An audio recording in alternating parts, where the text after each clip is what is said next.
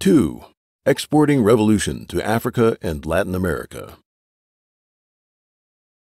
During the Cultural Revolution, the CCP often quoted a slogan by Karl Marx, quote, "The proletariat can liberate itself only by liberating all of humanity." The CCP preaches world revolution. In the 1960s, the former Soviet Union was going through a period of contraction and was forced to promote the cutback of external revolution. The goal became to peacefully coexist with Western capitalist countries and provide less support to the Third World revolutionary movements. The CCP called this policy revisionism. In the early 1960s, CCP ambassador to the Soviet Union, Wang Jiaxiang, made a similar proposal but was criticized by Mao as being too friendly to the imperialists, revisionists, and reactionaries, and not supportive enough to the world revolutionary movement. Therefore, in addition to exporting revolution to Asia, Mao also competed with the Soviet Union in Africa and Latin America.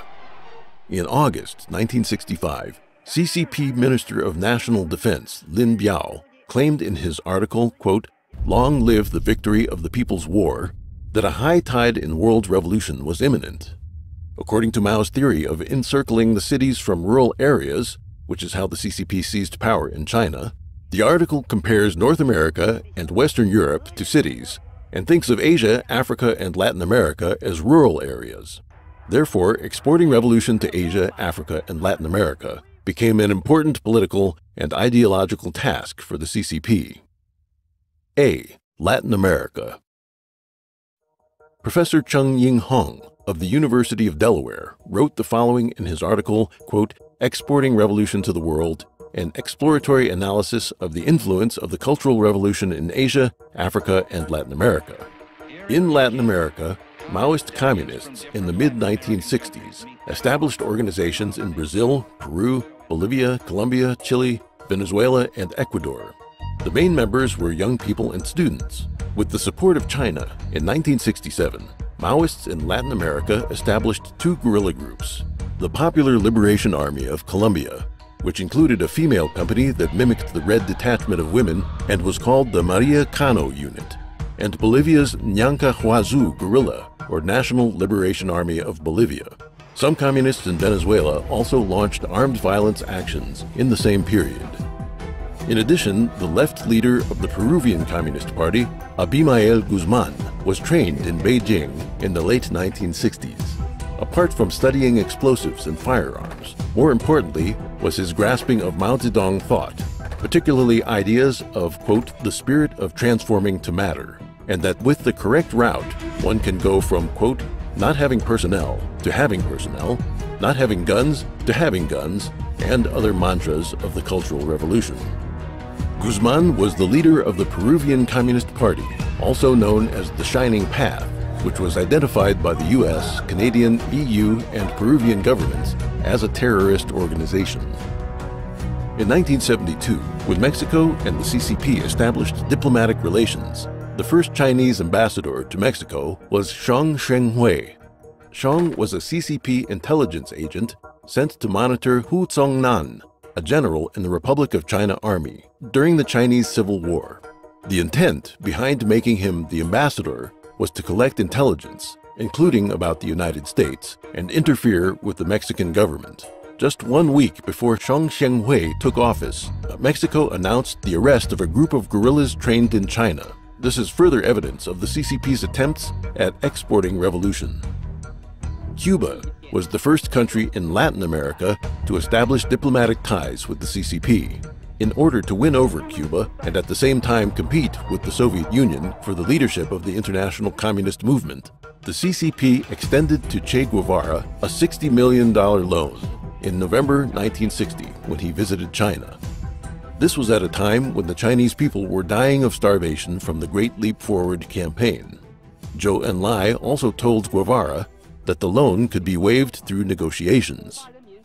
When Fidel Castro began leaning toward the Soviet Union, after Sino-Soviet relations broke down, the CCP sent a large number of propaganda pamphlets to Cuban officials and civilians through the embassy in Havana in an attempt to instigate a coup against the Castro regime.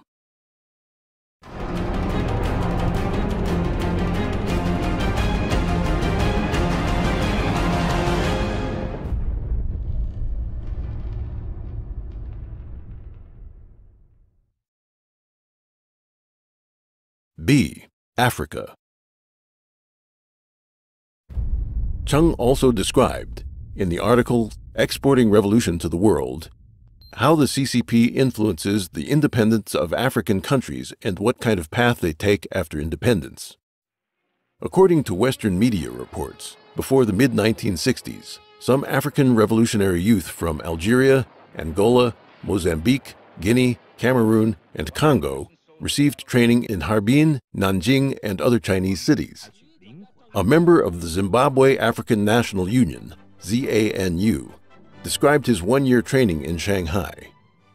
In addition to military training, it was mainly political studies, how to mobilize rural people, and launch guerrilla warfare with the goal of people's war.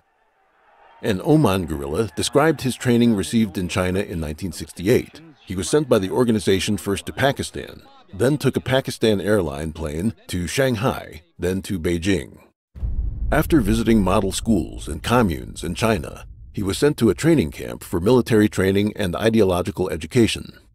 The curriculum of Mao Zedong's works was the most important in the schedule. Trainees must memorize many quotations from Mao. The part about discipline and how to interact with the rural masses was very similar to the, quote, 3 major disciplines and 8 items of attention used by the People's Liberation Army. The African trainees also witnessed China during the Cultural Revolution. For example, during a visit to a school, when a teacher asked how to treat gangster elements, students replied repeatedly in unison, "Kill, kill, kill." At the end of the training, every Omani trainee received a book by Mao translated into Arabic. Assistance to Tanzania and Zambia was the largest of the CCP's external revolution projects in Africa in the 1960s. The CCP sent a large number of experts from the Shanghai Textile Industry Bureau to help build the Tanzanian Friendship Textile Factory. The person in charge injected a strong ideological tone into these aid projects. Upon arrival in Tanzania, he organized a rebel team, hung the 5-star red flag of the PRC on the construction site, erected a statue of Mao and Mao's quotations, played Cultural Revolution music, and sang Mao quotes. The construction site became a model of the Cultural Revolution overseas. He also organized a propaganda team to promote Mao Zedong thought and actively spread rebellious views among the Tanzanian workers. Tanzania was not happy about the CCP's attempts to export revolution. Afterward, Mao decided to build a Tanzania-Zambia railway that would also connect East Africa with Central and Southern Africa. The railway passed through mountains, valleys, turbulent rivers, and lush forests. Many areas along the route were deserted and inhabited only by wildlife. Some of the roadbeds, bridges, and tunnels were constructed on foundations of silt and sand, making the work extremely difficult. There were 320 bridges and 22 tunnels built. China sent 50,000 laborers, of whom 66 died, and spent nearly 10 billion yuan. It took 6 years to complete the work, from 1970 to 1976. However, due to poor and corrupt management in Tanzania and Zambia, the railway went bankrupt. The equivalent cost of the railway today would be hundreds of billions of Chinese yuan, or in the tens of billions of US dollars.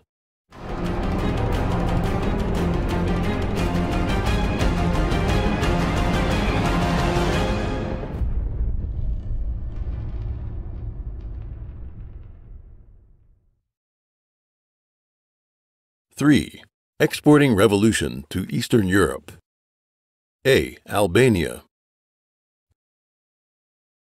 The CCP not only exported revolutions to Africa and Latin America, but also spent a great deal of effort to gain influence over Albania, another communist country.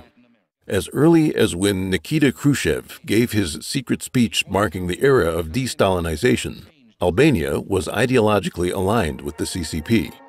Mao was greatly pleased, and he began the program of giving aid to Albania, regardless of the cost. Xinhua news agency reporter Wang Hongqi wrote, quote, "From 1954 to 1978, China provided financial aid to the Party of Labor of Albania 75 times. The sum in the agreement was more than 10 billion Chinese yuan. At the time, the population of Albania was only around 2 million, which meant each person received the equivalent of 4,000 Chinese yuan. On the other hand, the average annual income of a Chinese person at the time was no more than 200 yuan. Within this period, China was also experiencing the Great Leap Forward and the resulting famine, as well as the economic collapse caused by Mao's Cultural Revolution. During the Great Famine, China used its extremely scarce hard currency foreign reserves to import food supplies. In 1962, Rez Milli, the Albanian ambassador to China, demanded aid in food supplies.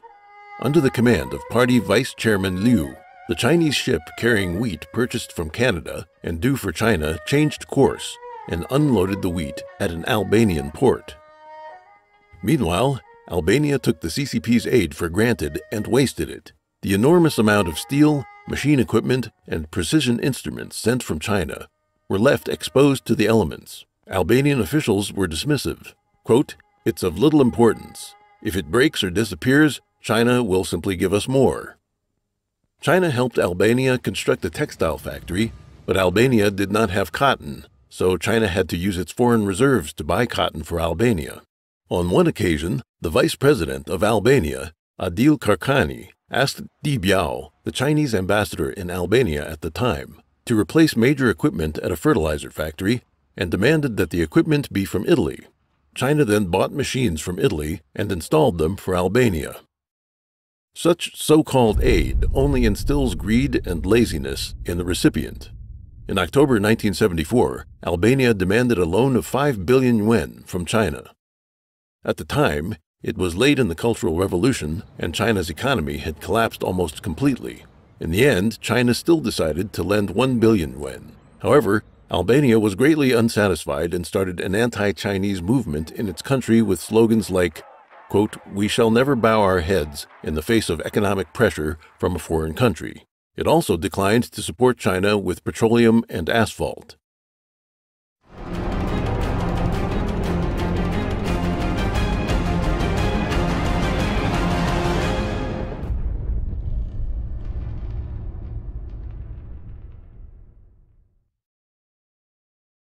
B. Soviet repression in Eastern Europe.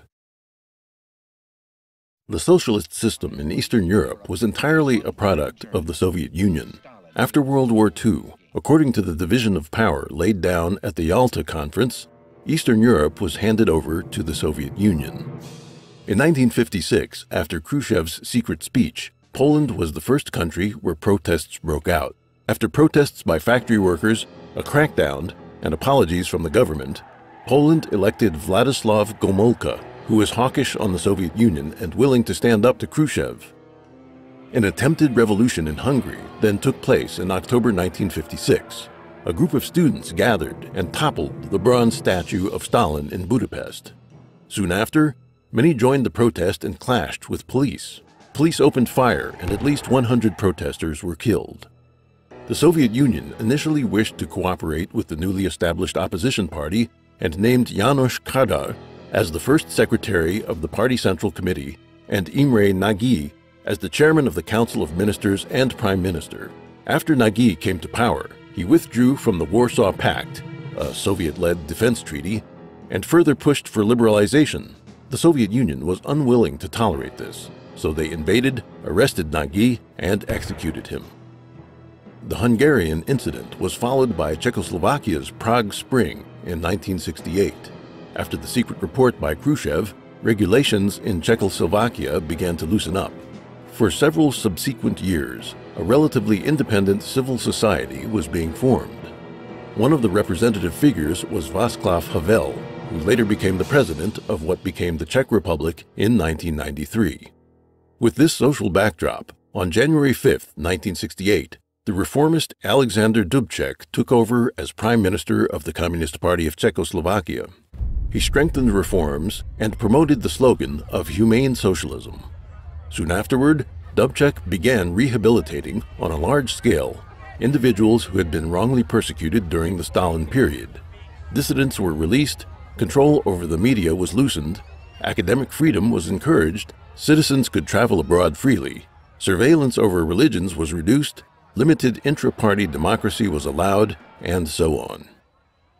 The Soviet Union considered such reforms a betrayal of the principle of socialism and feared that other countries would follow. From March to August 1968, the leaders of the Soviet Union, including Leonid Brezhnev, held 5 conferences with Dubček, trying to pressure him into abandoning democratic reforms. Dubček rejected the appeals. As a result, in August 1968, more than 6,300 Soviet tanks invaded Czechoslovakia. The Prague Spring, which had begun 8 months prior, was crushed. Judging from the Hungary incident and the end of the Prague Spring, we can see that socialism in Eastern Europe was forced upon the people there and violently maintained by the Soviet Union. When the Soviet Union let up slightly, socialism in Eastern Europe began falling away immediately. The classic example is the fall of the Berlin Wall. On October 6, 1989, multiple cities in Eastern Germany were holding massive protests and marches, clashing with police. At the time, Mikhail Gorbachev was visiting Berlin. He told the General Secretary of the Socialist Unity Party of Germany, Erich Honecker, that reform was the only way forward. Immediately afterward, East Germany lifted travel restrictions to Hungary and Czechoslovakia. This allowed vast numbers of people to defect to Western Germany through Czechoslovakia, and the Berlin Wall could no longer stop the waves of fleeing citizens. On November 9, the East gave up on the partition. Tens of thousands of residents poured into West Berlin, and the wall was dismantled. The symbol of a communist iron curtain that had stood for decades disappeared into history. The year 1989, when the Berlin Wall fell, was full of turmoil. Poland, Romania, Bulgaria, Czechoslovakia, and Eastern Germany all achieved liberty, freeing themselves of socialist rule. This was also the result of the Soviet Union giving up on its own policies of interference. In 1991, the Soviet Union fell, marking the end of the Cold War.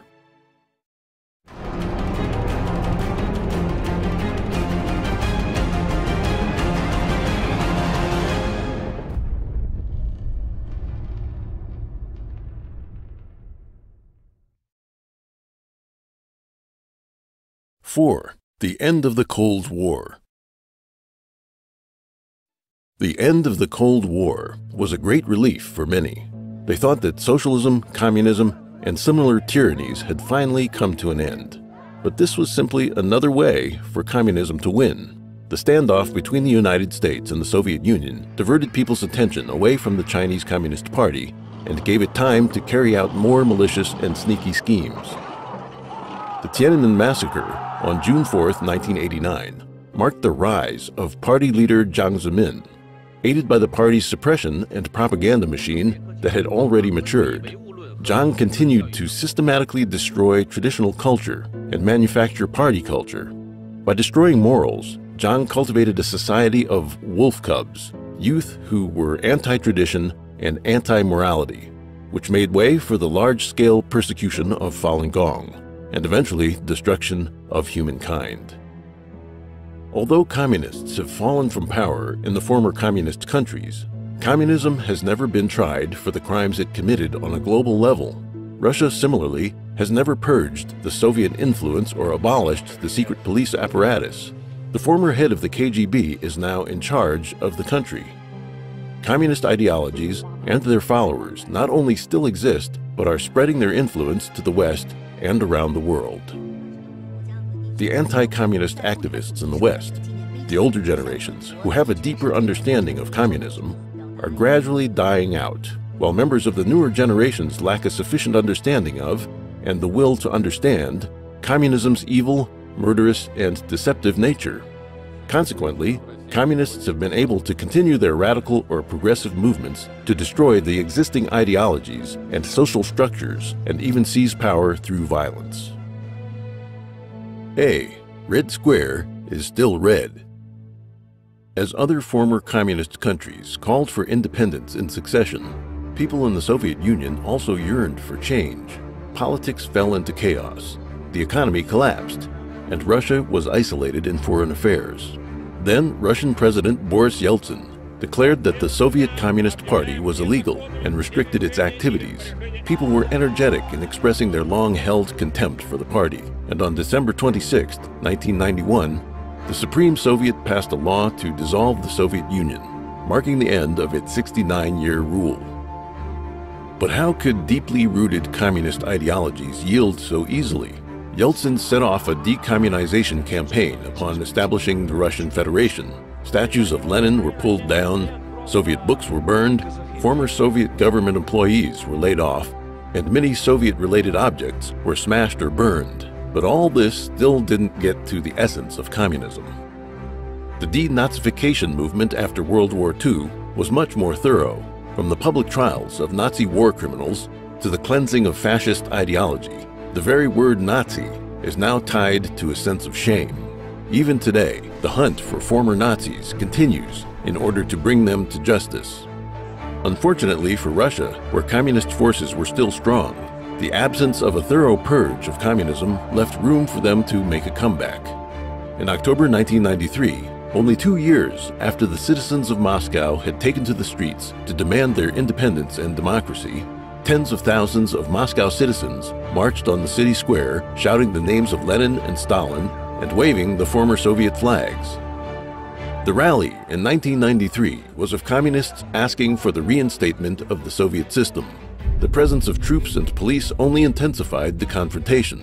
At the critical moment, the security services and military officials chose to support Yeltsin, who then dispatched military tanks to quiet down the crisis. Yet communist forces still remained and established the Russian Communist Party, which became the largest political party in the country until it was replaced by the current ruling party, Vladimir Putin's United Russia. In recent years, in some surveys, such as those conducted by Moscow's RBK-TV from 2015 to 2016, many respondents, about 60%, have said that the Soviet Union should be reborn. In May 2017, many Russians commemorated the 100th anniversary of the Soviet Union's rise to power. The Soviet Communist Youth League, Komsomol, which was established during the Soviet Union, held an oath-swearing ceremony for youths joining them in Moscow's Red Square before Lenin's tomb. At the rally, the chairman of Russia's Communist Party, Gennady Zyuganov, claimed the 60,000 new recruits had joined the party recently and that the Communist Party continued to survive and expand. In Moscow alone, there are almost 80 monuments to Lenin, whose body, entombed in Red Square, continues to attract tourists and followers. Red Square is still red. The KGB has never been thoroughly exposed and condemned by the world. Communism is still present in Russia, and believers of communism still abound. B. The Red Calamity continues. There are currently 4 countries ruled by self-declared communist regimes: China, Vietnam, Cuba, and Laos. Although North Korea has abandoned Marxist-Leninist communism on the surface, in actuality, it is still a communist totalitarian state. Before the Cold War, there were 27 communist countries. Now, there are 13 countries where communist parties are allowed to participate in politics, while there are currently about 120 countries that have registered communist parties. But over the past century, communist influence in government has faded away in most countries. However, the majority of these countries still came under variants of socialism. Rather than calling themselves communist, the political parties took on names like the Democratic Socialist Party, the People's Socialist Party, and the like. Of the 33 independent countries in Latin America and the Caribbean, the majority have communist parties that are accepted as legitimate political players. In Venezuela, Chile, Uruguay, and elsewhere, the Communist Party and the ruling party often form coalition governments, while communist parties in other countries play the role of opposition. In the West, and in some countries in other regions, communism did not resort to violent methods as was done in the East, but through subversion, it has subtly infiltrated society and achieved its goals of destroying people's moral values, destroying the culture God has imparted to them, and spreading communist and socialist ideologies. The specter has, in fact, gained control over the entire world. Achieving the ultimate goal of destroying humankind is only a step away.